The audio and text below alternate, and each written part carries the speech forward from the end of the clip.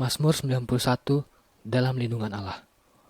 Orang yang duduk dalam lindungan yang maha tinggi dan bermalam dalam naungan yang maha kuasa akan berkata kepada Tuhan, tempat perlindunganku dan kubu pertahananku, Allahku yang kupercayai.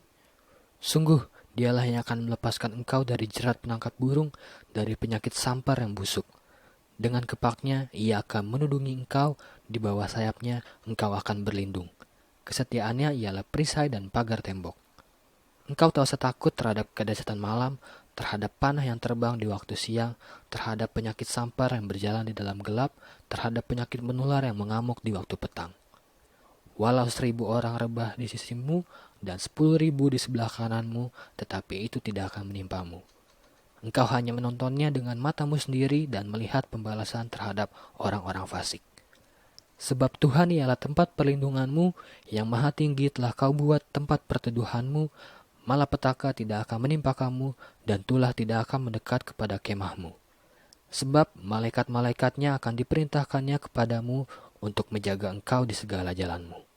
Mereka akan menatang engkau di atas tangannya, supaya kakimu jangan terantuk kepada batu. Singa dan ular tedung akan kau langkahi, engkau akan menginjak anak singa dan ular naga. Sungguh, hatinya melekat kepadaku, maka aku akan meluputkannya. Aku akan membentenginya, sebab ia mengenal namaku. Bila ia berseru kepadaku, aku akan menjawab. Aku akan menyertai dia dalam kesesakan, aku akan meluputkannya dan memuliakannya. Dengan panjang umur akan kukenyangkan dia, dan akan kuperlihatkan kepadanya keselamatan daripadaku. Amin. Pentakosta ketiga. Pentakosta ketiga adalah pencurahan Roh Kudus yang dahsyat di zaman now, melebihi yang terjadi di Azusa Street. Pentakosta ketiga akan mengakibatkan penuaian jiwa yang terbesar dan yang terakhir sebelum Tuhan Yesus datang kembali. Pentakosta ketiga akan membangkitkan generasi Yeremia, yaitu anak-anak muda yang dipenuhi Roh Kudus, cinta mati-matian kepada Tuhan Yesus, tidak kompromi terhadap dosa, dan akan bergerak untuk memenangkan jiwa. Pentakosta ketiga lahir di Indonesia dan bergerak ke bangsa-bangsa. Gerakan ini dari timur ke barat dan akan kembali ke Yerusalem.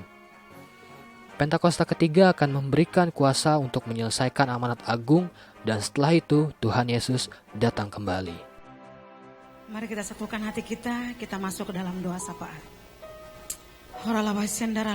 Yesus. Kami sungguh bersyukur dan berterima kasih kepadamu Bapa. Kalau kami sudah ada di bulan November, kami tahu ini bukan karena gagah dan kuat kami, tetapi semua karena kemurahan-Mu Tuhan. Terima kasih Bapa buat penyertaan-Mu, buat campur tangan-Mu, buat perlindungan-Mu dalam kehidupan kami. Kami sungguh bersyukur Tuhan Yesus. Engkau begitu baik, sangat baik Bapa. Kami rasakan Tuhan, Engkau melakukan jauh dari apa yang kami pikirkan dan doakan. Terima kasih Tuhan, apapun pergumulan daripada jemaat-Mu Tuhan, kami mau berkata Tuhan, segala perkara dapat kami tanggung di dalam Engkau yang memberikan kekuatan kepada kami. Terima kasih Bapa, terima kasih Tuhan Yesus. Kami serahkan hamba-hamba-Mu yang ambil bagian dalam pelayanan sepanjang hari ini Tuhan. Engkau Tuhan yang terus menyertai, mengurapi mereka Tuhan. Terima kasih Bapa, terima kasih Tuhan Yesus Kristus. Yesus. Dan pada saat ini Bapa, kami mau bawa bangsa kami ke dalam tangan-Mu Tuhan. Kami teramat percaya Tuhan, bahwa bangsa kami Tuhan ada di dalam hati-Mu, ada dalam pikiran-Mu Tuhan, ada dalam rencana-Mu Tuhan. Dan kami berdoa di dalam nama Tuhan Yesus, biarlah Engkau Allah yang turut bekerja di dalam segala sesuatu buat bangsa kami untuk mendatangkan kebaikan Bapa. Kami sungguh percaya Tuhan, Engkau tidak pernah bekerja Tuhan dengan tanggungnya Bapa. Engkau terus bekerja maksimal Tuhan. Kami katakan jadilah kehendak-Mu di bangsa kami seperti di surga Tuhan. Karena kami tahu kehendak-Mu itulah yang terbaik buat kami Bapa. Kami mau berdoa buat pemimpin Tuhan negara kami Bapa. Bapak Presiden Joko Widodo Tuhan. Engkau yang menyertai, Engkau yang memberkati, Engkau yang memberikan hikmat Tuhan Yesus Kristus. Engkau memberikan kecerdasan Tuhan untuk membawa bangsa kami Tuhan Yesus Kristus untuk lebih baik lagi Tuhan. Engkau memberkati Tuhan wakilnya, Engkau memberkati aparat sampai tingkat RT RW. Engkau yang memberkati Tuhan. Biarlah Bapa mereka boleh bekerja dengan takut akan Engkau Engkau. Terima kasih Bapa, kami juga membawa gembala pembina kami Tuhan, beserta keempat wakilnya, dimanapun hamba-Mu ini pada saat ini melayani pekerjaan-Mu. Biarlah Engkau menyertai Tuhan, Engkau yang mengurapi sehingga tanda-tanda ajaib menyertai pelayanan mereka Bapa. Semua untuk hormat kemuliaan nama-Mu. Engkau memberkati seluruh keluarga besarnya Bapa. Terima kasih Tuhan Yesus. Engkau juga memberkati gembala kami CK5 Tuhan, Pak Timotius Hardono beserta Ibu Indri Tuhan. Engkau yang melindungi, Engkau yang menghaper Bapak gembala kami Tuhan. Horalai syera lawala Yesus, apapun yang dikerjakan hamba-Mu ini Engkau buat berhasil ya Tuhan. Terima kasih, bahkan kami berdoa buat gembala kami di tempat ini di GBI Kemang ya Bapak, Pak Sigit Prihadi dan Bu Maria Tuhan.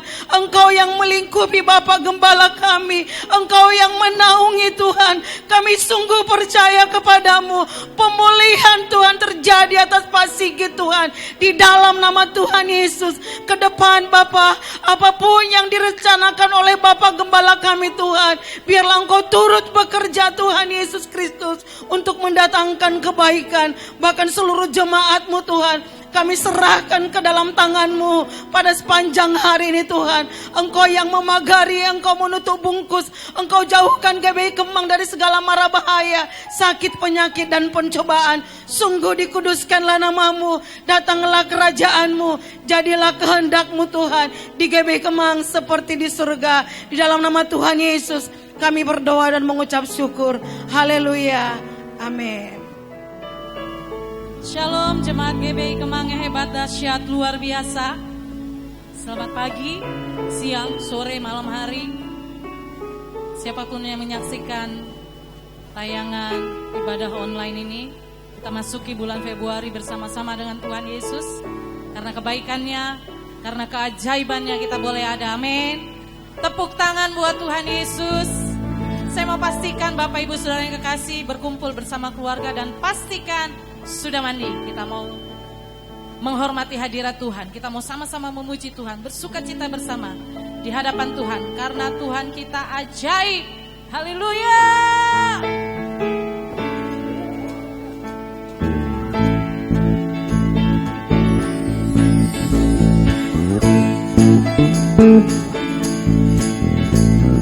Yesus ajaib, Tuhanku ajaib, kasih-Nya ajaib bagiku. Yesus ajaib, Tuhanku ajaib, rahmat-Nya kekal selamanya. Oh, Kau ajaib Tuhan. Yesus ajaib, Tuhanku ajaib, kasih-Nya ajaib bagiku. Amin. Yesus ajaib, Tuhanku ajaib, rahmat-Nya kekal selamanya. Tak berubah kasih-Nya, setiap hari bertambah indahnya. Sampai bumi berlalu dan habislah ragaku, Yesusku ajaib bagi. Yesus ajaib, Yesus ajaib, Tuhanku ajaib, kasih-Nya ajaib bagiku. Amin. Yesus ajaib, Tuhanku ajaib, rahmat-Nya kekal selamanya. Yes, tak berubah kasih-Nya, setiap hari bertambah indahnya. Sampai bumi berlalu dan habislah ragaku, Yesusku ajaib bagiku.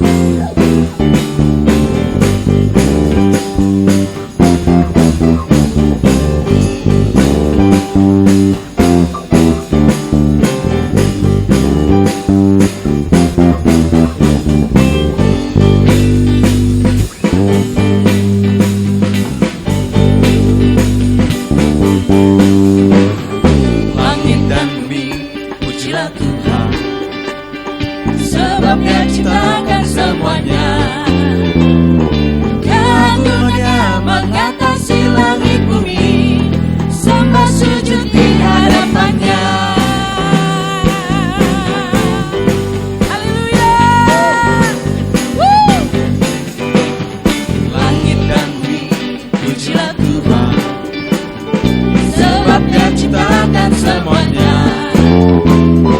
Kagumnya mengatasi langit bumi, sembah sujud di hadapannya. Ku puji, ku sembah, ku puji, ku sembah Yesus Kristus Sang Penebusku. Ku puji, ku sembah, ku puji, ku sembah Yesus Tuhan dan Rajaku. Ku puji, ku sembah, ku puji, ku sembah Yesus Kristus Sang Penebusku. Ku puji, ku sembah, ku puji, ku sembah Yesus Tuhan dan Rajaku. Haleluya, amin. Haleluya, amin. Haleluya, amin. Haleluya, amin. Haleluya, amin. Haleluya, amin. Haleluya, amin. Haleluya. Ayo angkat tangan, katakan. Haleluya, amin. Yes. Haleluya, amin. Haleluya, amin. Haleluya, amin. Haleluya, amin. Haleluya, amin.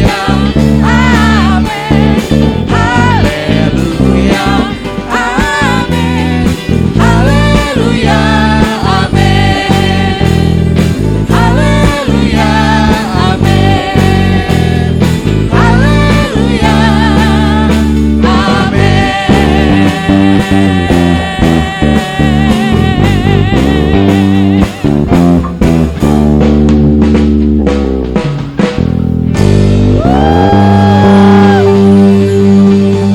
Haleluya, Haleluya. Ya, segala yang bernafas memuji Tuhan, amin. Haleluya. Silakan duduk, Bapak Ibu Saudara yang kekasih. Shalom saudara sekalian, dimanapun saudara berada, saya berdoa, perlindungan dan hadiratnya memenuhi saudara selalu. Kita akan membahas mengenai apakah boleh orang percaya menghardik setan dan juga sakit penyakit. Lalu apakah ada landasan firman dari kebiasaan yang umumnya orang Pentakosta lakukan ini? Sampai hari ini kita masih mempercayai bahwa Allah masih mau melakukan mujizat di tengah-tengah dunia. Baik itu mujizat kesembuhan, kelepasan dari keterikatan, maupun providensia Tuhan di keseharian hidup kita. 1 Korintus 3 ayat 9 jelas berkata bahwa kita adalah kawan sekerja Allah di dunia ini. Dan Yesus mengutus umatnya untuk memberitakan Injil sembari mengusir setan demi namanya dan mendoakan mereka yang sakit. Di tengah dunia yang dipenuhi oleh sakit penyakit dan banyak kelemahan ini, apa yang dapat umat Tuhan lakukan secara rohani bagi keselamatan negeri kita? Kita berdoa dan menghardik sakit penyakit ini agar Allah berpekara dan mengadakan mujizatnya. Khususnya bagi Indonesia yang sedang dilanda COVID-19. Hal ini dilandasi dan dipagari oleh 4 hal. Yang pertama, teladan Yesus yang melakukan mujizat supernatural. Di dalam perjanjian baru, tercatat ada 7 kali Yesus mengusir setan dalam kitab Matius, Markus, dan Lukas. Dan begitu banyak catatan Yesus menyembuhkan mereka yang sakit, baik secara perorangan maupun secara khalayak ramai. Kalau kita adalah kawan sekerja Yesus dan percaya bahwa kita diberi kuasa oleh Roh Kudus untuk mengusir setan dan menyembuhkan sakit penyakit, maka kita pun akan berlaku demikian. Pengetahuan Alkitab kita akan lebih kuat jika disertai oleh pengalaman iman yang sama.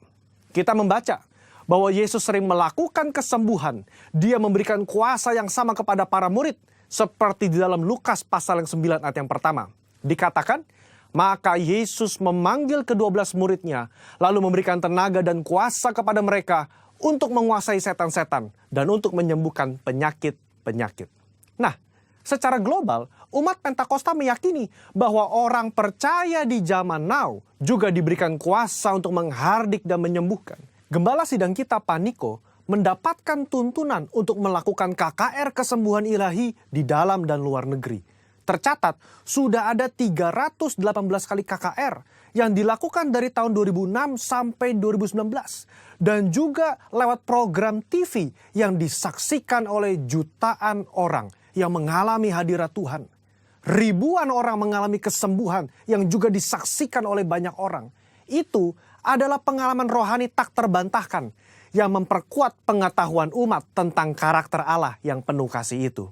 Kalau kita membaca sejarah kegerakan Pentakosta secara global, maka saudara akan melihat begitu banyak mujizat supernatural yang Tuhan kerjakan lewat hamba-hambanya di berbagai belahan dunia. Itu semua semata-mata karena Allah mengasihi jiwa-jiwa dan Ia ingin semua orang diselamatkan. Yang kedua, otoritas firman Tuhan. Di dalam kehidupan orang percaya, firman Tuhan menjadi dasar dari apa yang kita lakukan sehari-hari. Kalau pertanyaannya adalah, apakah orang percaya boleh menghardik sakit, penyakit, dan setan? Tentu kita melihat dari teks Alkitab bagaimana Yesus dan para rasul melakukannya. Di dalam Lukas pasal yang keempat, ayat yang ke-39, mertua Petrus sakit demam keras. Petrus meminta Yesus untuk datang.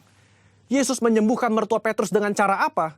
Yesus menghardik demam itu dan penyakit itu pun meninggalkan dia. Ini yang menjadi dasar bagi orang percaya. Secara spiritual, kita berdoa dan menghardik sakit penyakit seperti yang Yesus lakukan. Di dalam Yohanes pasal ke-14 ayat yang ke-12 juga dikatakan bahwa orang percaya akan melakukan pekerjaan-pekerjaan yang Yesus lakukan. Bahkan pekerjaan yang lebih besar lagi.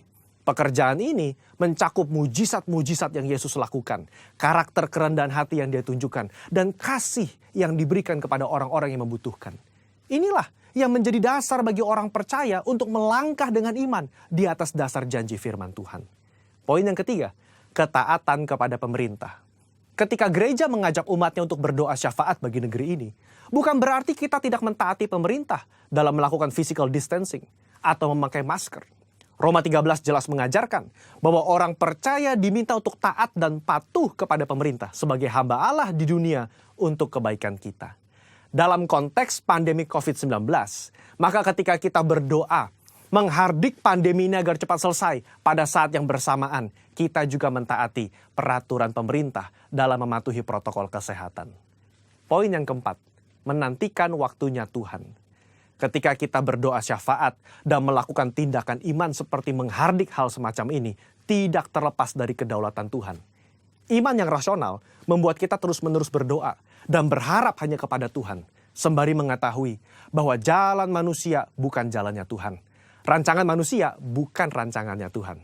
Contoh, ketika Daud berdoa dan berpuasa demi anaknya yang sakit, sebagai penghakiman Tuhan atas hubungannya yang salah dengan Batsheba, dia melakukannya dengan tidak jemu-jemu.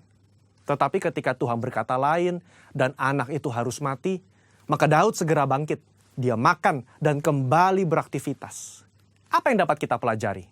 Orang percaya diminta untuk terus berdoa dengan tidak jemu-jemu. Tetapi jawaban final ada di tangan Tuhan. Rentang waktu ketika kita mulai berdoa sampai adanya jawaban dari Tuhan dapat digunakan sebagai waktu pertobatan dari sisi manusia dan juga waktu untuk mencari hadirat Tuhan. Saudara, apa kesimpulannya? Iman yang rasional bukanlah iman yang buta dan gegabah. Iman yang melibatkan akal budi dan pikiran kita sangat diperlukan dalam meresponi pandemi COVID-19 ini. Kita tetap mempercayai mujizat Allah di tengah bangsa kita. Kita berdoa untuk pemerintah agar diberi hikmat menyelesaikan pandemi ini. Dan kita pun mentaati protokol kesehatan, menjaga jarak, mencuci tangan, dan memakai masker. Saya berdoa agar kita semua mau ambil bagian untuk berdoa dan bersyafaat bagi bangsa Indonesia. Saudara-saudara, untuk penjelasan lebih lengkapnya dari tim teologi kami, jangan lupa buka link yang ada di atas atau scan barcode yang tersedia. Tuhan Yesus memberkati saudara sekalian. Amin.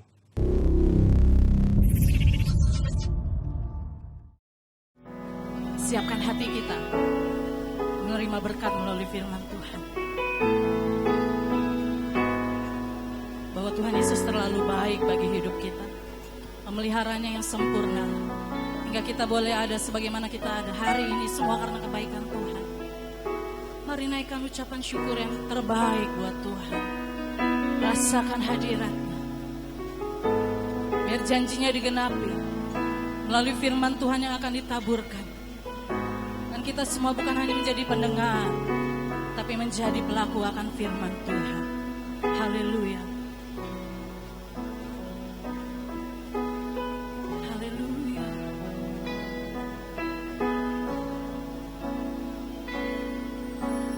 Yesus, Kau sungguh baik. Yesus, namamu indah. Yesus, ku cinta Kau selalu, ku tinggikan, ku agungkan selamanya. Yesus, Kau sungguh baik. Yesus, namamu indah.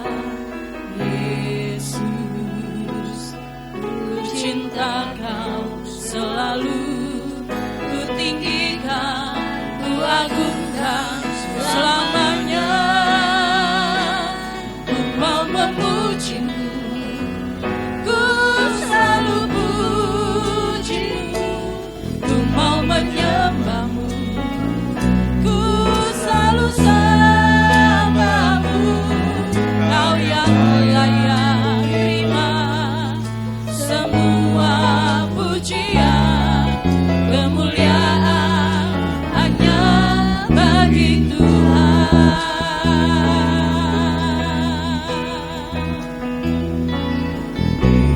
Yesus, Kau sungguh baik.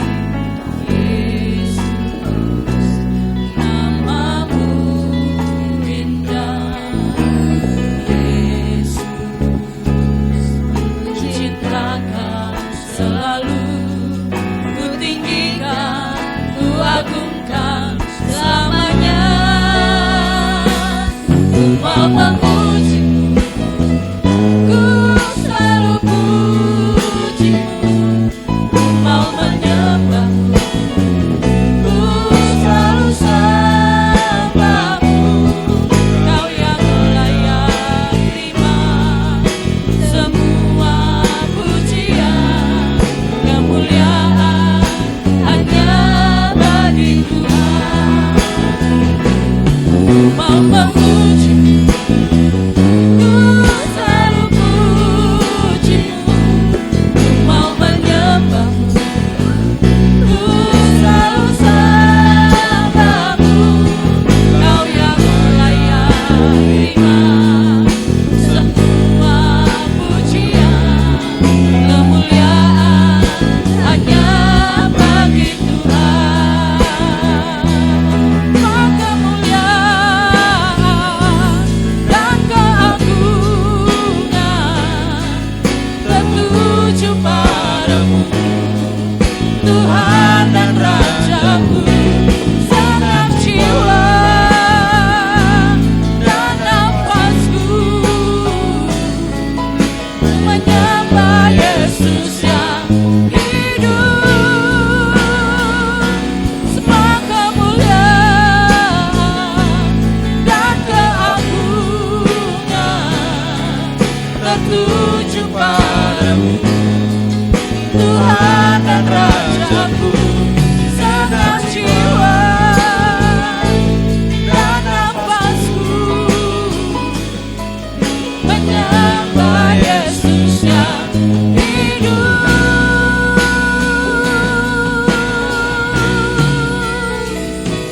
Ku mau memujimu, ku selalu pujimu. Ku mau menyembahmu, ku selalu sembahmu. Kau yang layak terima semua pujian, kemuliaan hanya bagi Tuhan. Mari angkat tangan, katakan, ku mau memuji-Mu, ku selalu puji-Mu, ku mau menyembah-Mu, ku selalu sembah-Mu. Kau yang layak terima semua pujian, kemuliaan hanya bagi Tuhan. Mari sembah, oh ya rada baya syanda.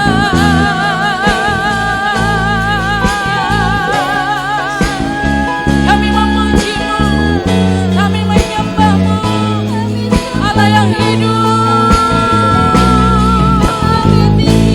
Segenap jiwa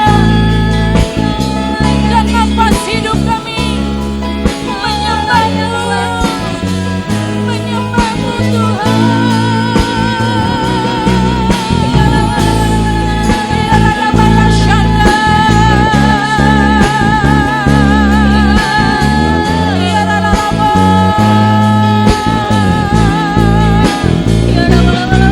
Shida bakanda rada baya syanda. Rada baya syanda. Oh rada baya syanda, rada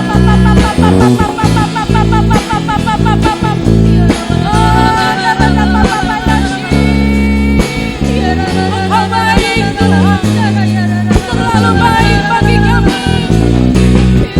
Kami gak dapat balas kebaikan-Mu Bapa. Hanya sembah kami bagi-Mu, hanya hormat kemuliaan kami bagi-Mu Tuhan.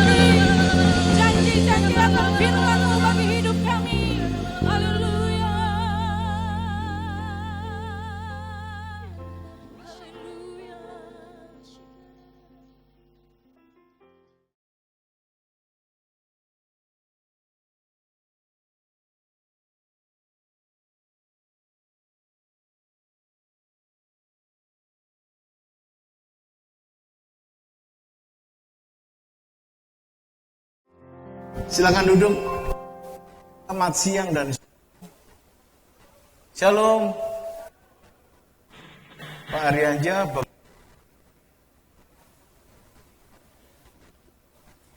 ya, pakai mic saja katanya. Baik, hari ini saya memberikan sebuah temanya, tolong ditampilkan Mbak Lena. Hidup di zaman now. Bilang hidup di zaman now. Artinya adalah hidup di zaman sekarang ini. Saudara, Alkitab mencatat Yohanes 10 ayat 10. Pencuri datang hanya untuk mencuri, membunuh dan membinasakan. Tetapi aku datang, aku ini Yesus Saudara, untuk memberikan hidup. Jadi kalau hidup di zaman now kita harus perhatikan ini ayat Saudara. Perhatikan pemberi hidup itu sendiri. Tetapi aku datang untuk memberikan hidup. Hidup yang berkelimpahan, tidak asal hidup. Percuma kalau hidup tapi hidup setengah mati, setengah modar begitu. Percuma Saudara, tapi hidup yang berkelimpahan yang Tuhan janjikan. Hidup happy, hidup bahagia, hidup di bumi ini seperti di surga begitu. Baik, pembelajaran yang Saudara sadar ini adalah ternyata kehidupan itu hanya Tuhan yang bisa ngasih. Hanya Tuhan juga yang bisa mengizinkan untuk selesai, enggak diperpanjang lagi gitu.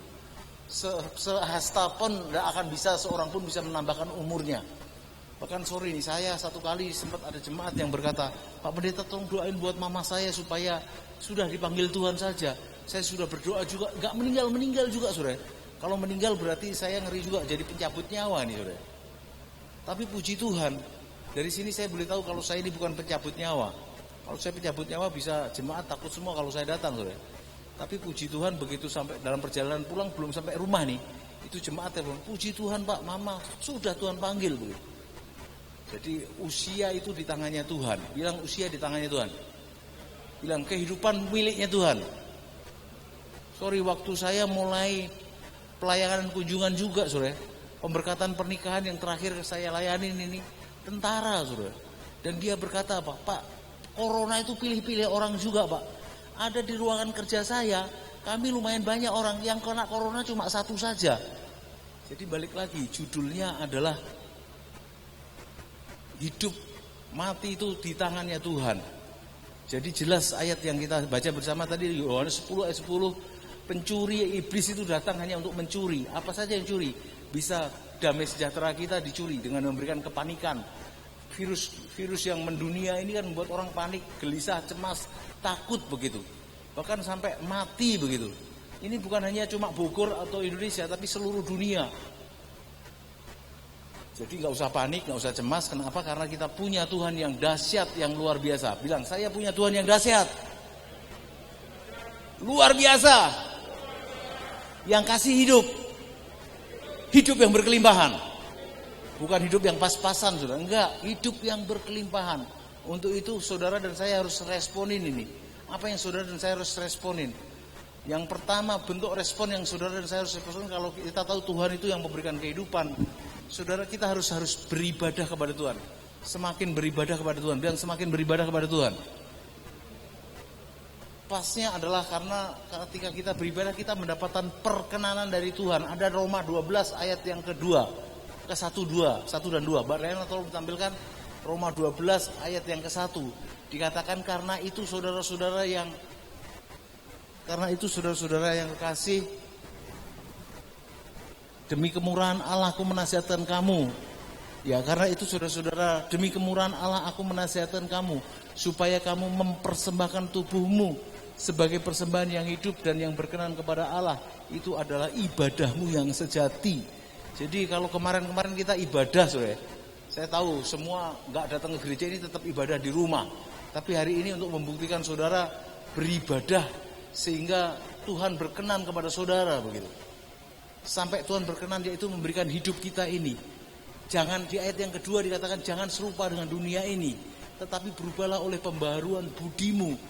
Berubah ini berarti hidup di zaman now, ibadah hidup kita ini menjadi ibadah kita kepada Tuhan.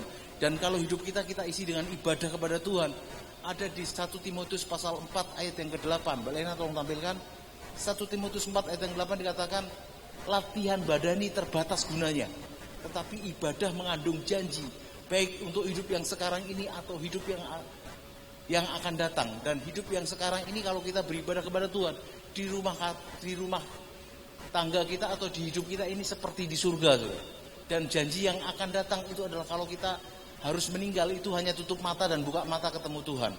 Saudara, pastikan respon kita ada di tengah pandemi yang mendunia ini. Yang pertama yang harus saudara dan saya lakukan adalah terus beribadah kepada Tuhan. Bilang terus beribadah kepada Tuhan. Yang mau terus beribadah kepada Tuhan angkat tangannya. Yang sudah angkat tangan tarik tangannya bilang terus beribadah kepada Tuhan. Dan kalau saudara terus beribadah kepada Tuhan, saya coba mengartikan bahasanya terus beribadah kepada Tuhan ini adalah bukan hanya saat kita ada di gereja ini, saudara. Di rumah pun nanti jam 5 mulai ada online juga, saudara. Saudara bisa ikutin lagi. Tapi intinya siapa Hilda, kalau perlu sekali-sekali diputar juga biar jemaat yang di rumah yang tahu juga kita sebanyak inilah. Di ibadah yang pertama tadi 74 orang, saudara. Tidak tahu Mbak Kris, tadi sudah pendataan ada berapa orang hari yang ibadah kedua, Mbak Kris? Jemaat dan pengerja yang hadir 59.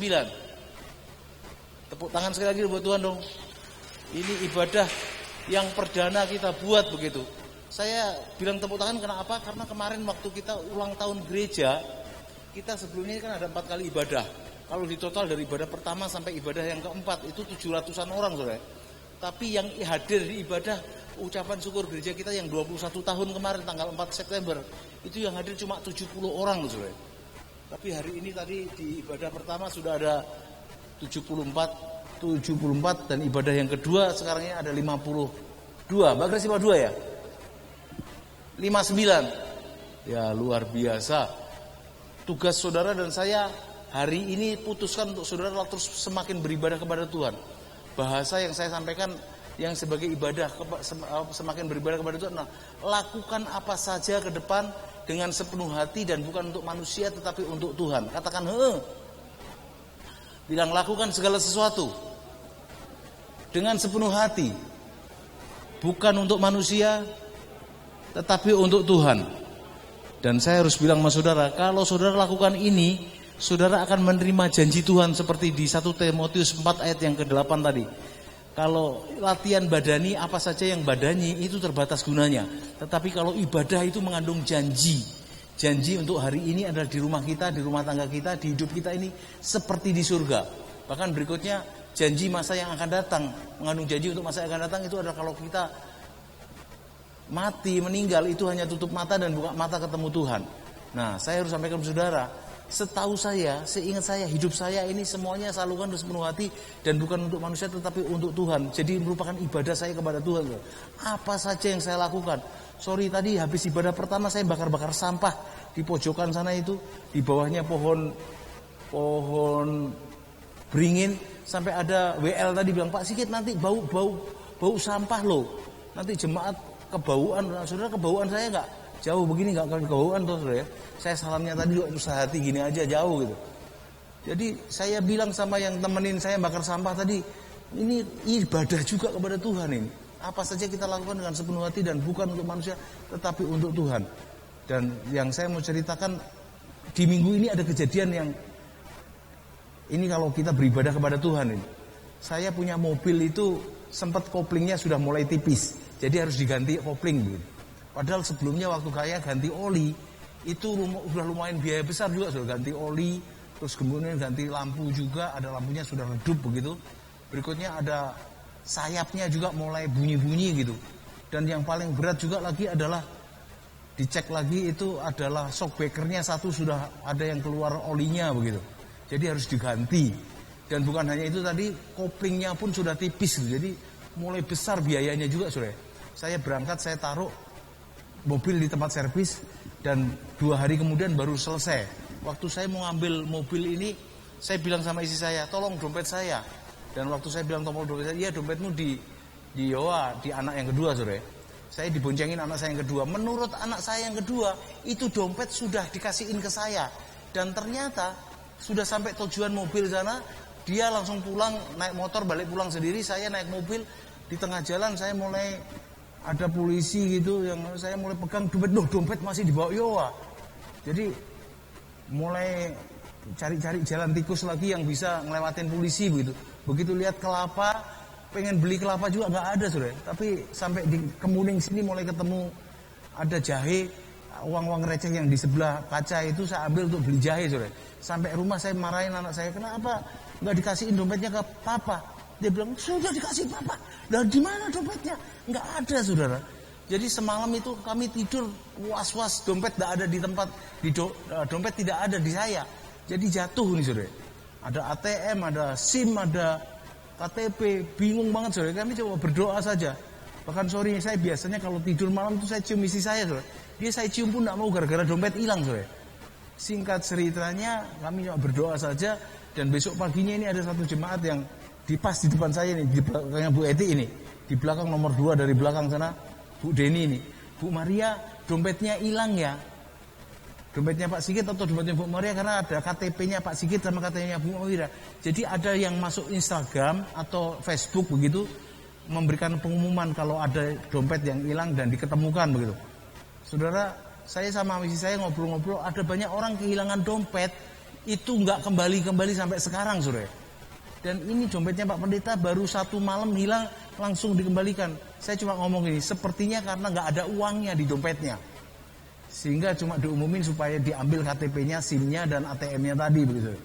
Singkat ceritanya, WA ditelepon tidak diangkat, anak saya bilang yang nomor 1 bilang, coba mama WA saja, dan akhirnya di WA sudah bisa nyambung nomornya begitu. Iya Bu, ini kami menemukan dompet gitu. Singkat ceritanya kami mulai tahu alamatnya, dan benar saudara, waktu kami janjian untuk ketemu untuk ngambil dompetnya itu jam 5 sore.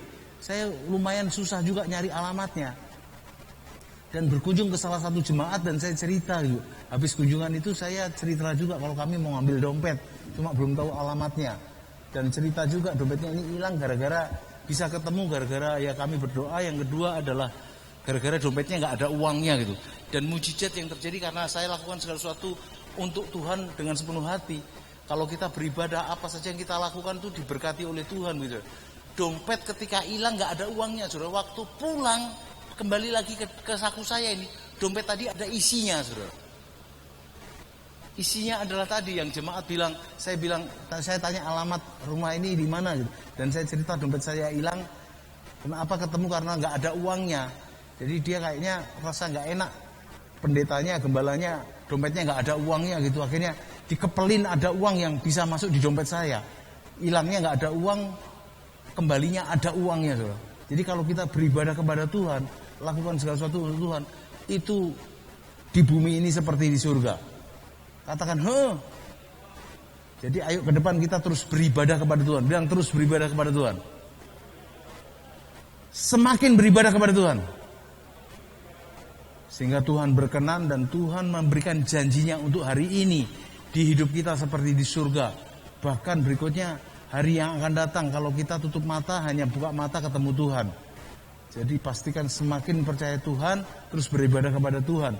Yang kedua, saudara, yang kedua dulu, jangan yang ketiga dong, kedua dulu. Tadi sudah, yang ketiga langsung. Yang ketiga kita harus hidup di zaman Nuh. Apa yang harus kita lakukan? Kita melakukan amanatnya Tuhan. Bilang melakukan amanat Tuhan. Maksudnya adalah memberitakan Injil kepada banyak semua orang. Dan ini rame di grup yang saya mulai buka perintisan di Grenusu sana. Pak, untuk memberitakan Injil itu kan tidak hanya tugasnya pendeta. Iya, bahkan untuk membaptiskan juga harus juga pendeta. Ya semula saya bilang iya, nggak apa-apa. Saya juga bilang ada satu jemaat di tempat saya yang aslinya Bu Sri Bangun itu mana kemarin? Batak, Medan sana. Ada yang tahu Bu Deni, Bu Sri Bangun aslinya mana? Ya, Bu Deni, Bu Sri Bangun tuh aslinya dari mana? Karo. Ya, dia mau pulang ke Karo. Sebelum pulang ke Karo dia berkata gini, Pak Pendeta, kalau papa mama saya injilin dan mau dibaptis, boleh nggak saya baptisin? Emang kenapa di sana nggak ada pendeta yang bisa baptisin gitu? Nggak ada gereja baptis yang baptis selam, nggak ada Pak Pendeta. Adanya baptis seperti aja. Kalau mama saya sampai papa saya tak injilin dan mau saya baptis selam, boleh nggak saya baptis selam? Saya bilang boleh aja, nggak ada pendeta soalnya. Kalau ada pendeta biar kasih pendeta yang baptisin dia. Itu dia bertanggung jawab, bahkan untuk administrasinya ada dikeluarkan surat baptisan juga gitu. Jadi saya bilang siapapun boleh baptisin. Kalau saudara Pak Abraham ini, sudah berapa orang yang dia baptisin sama Pak Abraham? Ibrahim Somat aja belum lama percaya Tuhan sudah banyak yang dibaptisin begitu. Ini Pak Abraham ini dari kecilnya sudah percaya Tuhan gitu. Jadi ke depan Pak Abraham juga boleh baptisin orang Pak ya. Baik, saya pun hari-hari ini mulai cari pengerja, saya mulai bilang, saya pun sudah mulai siap-siap untuk pulang ke rumah Bapak ini. Jadi harus mulai ada yang bisa baptisin orang. Tidak hanya cukup baptisin, berikutnya ada yang siap bisa nguburin orang, menikahkan orang begitu. Jadi ke depan kalau pernikahan Samuel mungkin bukan saya, ada pendeta yang lain dari pengerja di sini, nggak jadi masalah Samuel ya. Yang penting surat-suratnya nanti berikutnya gitu. Tapi ya sudah tinggal 5 menit lagi. Tadi saya ingat saya di jarum 7 tuh jarum panjang. Baik, lanjut lagi. Yang ketiga ini melaksanakan amanat Tuhan, maksudnya memberitakan Injil. Dan ini tugas kita semua. Dan Matius pasal 28 ayat 19 mulai, pergi jadikan semua bangsa murid, baptiskan mereka dan ajari mereka melakukan apa yang sudah kuperintahkan kepadamu. Janjinya Tuhan adalah, aku menyertai kamu senantiasa. Pak Elim juga ada banyak yang harus dibaptis tuh Pak Elim. Puji Tuhan, di tengah-tengah pandemi begini, semula kita baptisin hanya di bak mandi batap. Di sebelah gereja ini ada. Nah kalau Samuel dimasukin di batap sana, tinggi besar begitu, akhirnya kemarin sudah puji Tuhan sudah ketemu kolam. Jadi kita kalau ke depan ada yang mau dibaptiskan, kita sudah ada kolam untuk baptisin saudara. Bahkan ke depan rencana ini kotak di bawahnya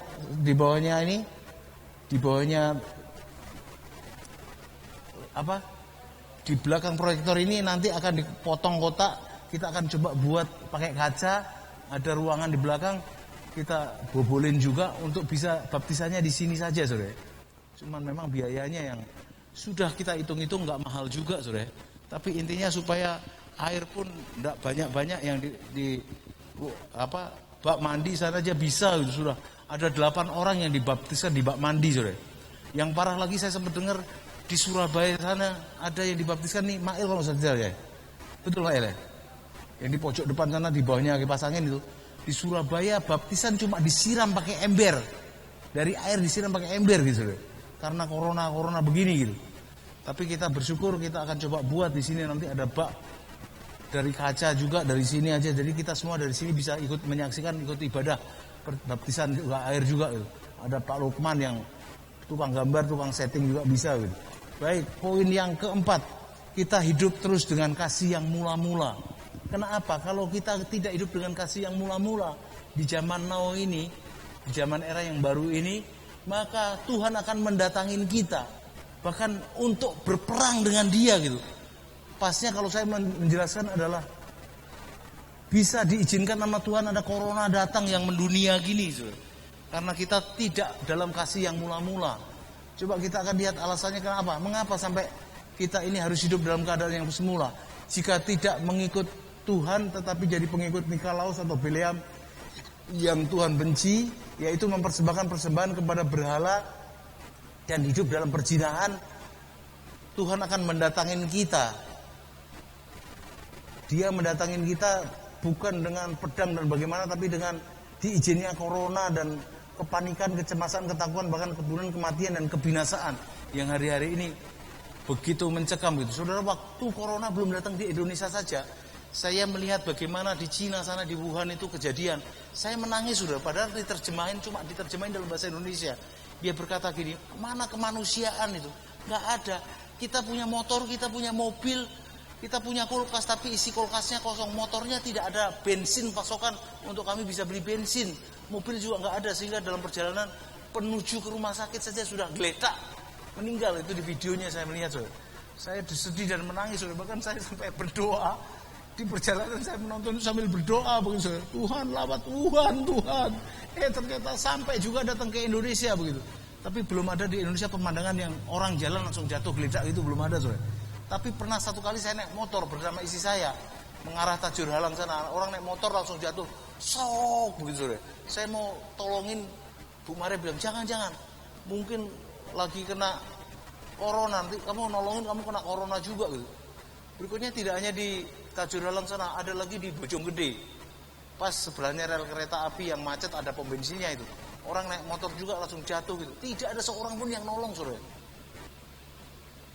Saya mau nolong juga ngeri-ngeri asik gitu. Jadi kasih kasih di akhir zaman sudah mulai hambar, saudara. Kenapa? Karena keadaan yang memungkinkan seperti ini. Tapi kita semua hari ini hidup di zaman now bukan berarti gak ada arahan yang harus saudara dan saya lakukan. Yang pertama tadi terus beribadah kepada Tuhan. Sampai berkenan kepada Tuhan dan dapatkan janji untuk hari ini dan hari-hari yang akan datang gitu. Mati pun hanya tutup mata, buka mata ketemu Tuhan. Berikutnya adalah terus lakukan amanat agungnya Tuhan.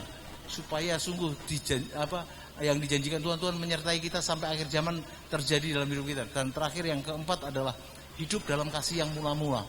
Saya menerjemahkan hidup dari kasih yang mula-mula adalah hidup yang selalu bertobat. Begitu sadar akan kesalahan yang kita sudah lakukan, terus kita bertobat dan melakukan yang semula kita lakukan. Semula itu ketika kita mulai percaya kepada Tuhan, kita melakukan cinta dengan Tuhan.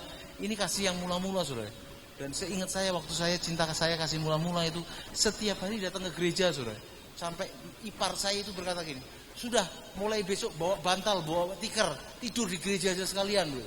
Dan saya ingat akhirnya saya pun di sini dan punya gereja dan tinggal di gereja dan nginep di gereja karena sudah dibangun sehingga saya harus pindah rumah di Tonjong sana, tapi setiap hari juga saya datang ke gereja gini, saudara. Bahkan ikut renovasi yang saya berdiri ini, saudara. Baik, kita akan langsung masuk dalam perjamuan kudus. Saudara sudah siapkan, ada yang belum sempat dapat perjamuan kudus, tolong angkat tangan.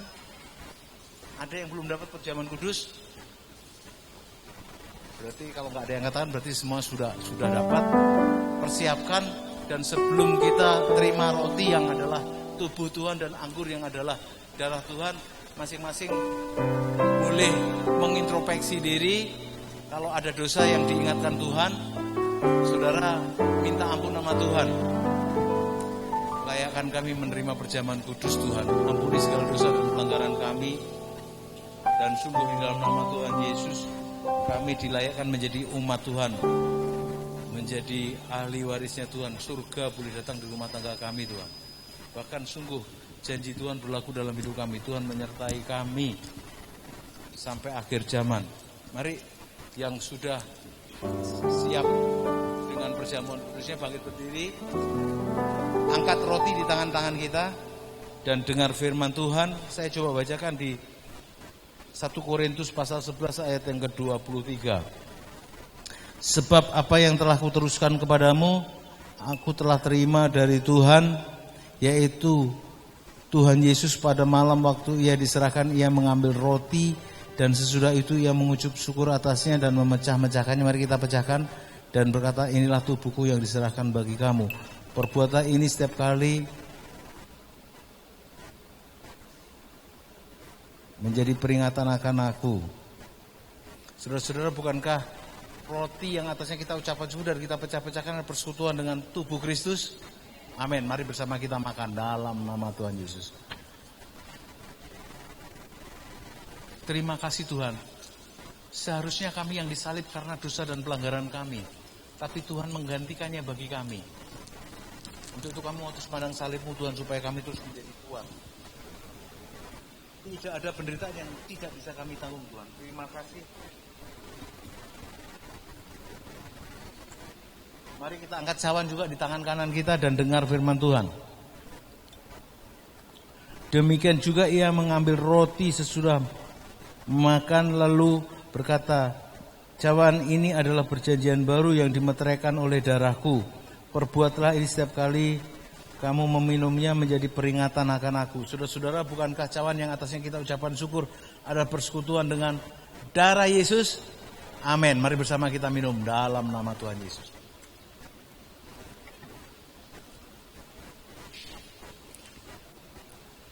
Terima kasih Tuhan. Darah-Mu kembali memeteraikan kami menjadi anak-anak-Mu Tuhan. Sehingga janji-Mu berlaku dalam hidup kami Tuhan. Di rumah tangga kami seperti di surga. Ada damai sejahtera, ada sukacita, ada kebenaran, ada kuasa. Bahkan sungguh doa hamba-Mu yang sakit Tuhan sudah sembuhkan kami. Dan dalam masalah Tuhan sudah berikan jalan keluar bagi kami. Terima kasih Tuhan. Bahkan kalau sebentar kami juga akan pulang ke rumah kami masing-masing. Sertai kami dan tibakan kami di rumah kami masing-masing dengan selamat, dengan membawa berkat yang daripada Tuhan. Yuk angkat ke tangan saudara. Berkat Tuhan yang menjadikan kita seperti pohon yang ditanam di tepi aliran air, yang tidak pernah layu daunnya, yang terus berbuah pada musimnya. Dalam nama Bapa, Anak, dan Roh Kudus, yang sakit sudah disembuhkan. Yang dalam masalah diberikan jalan keluar, bahkan sungguh ke depan. Apa saja yang kita kerjakan dibuat berhasil oleh Tuhan. Dengan iman kita terima kasih dari Allah Bapa di dalam Tuhan Yesus, penyertaan Roh-Nya yang kudus memberkati kita semua mulai sekarang ini sampai selama-lamanya. Percaya diberkati Tuhan bersama-sama, katakan amin. Tuhan Yesus memberkati.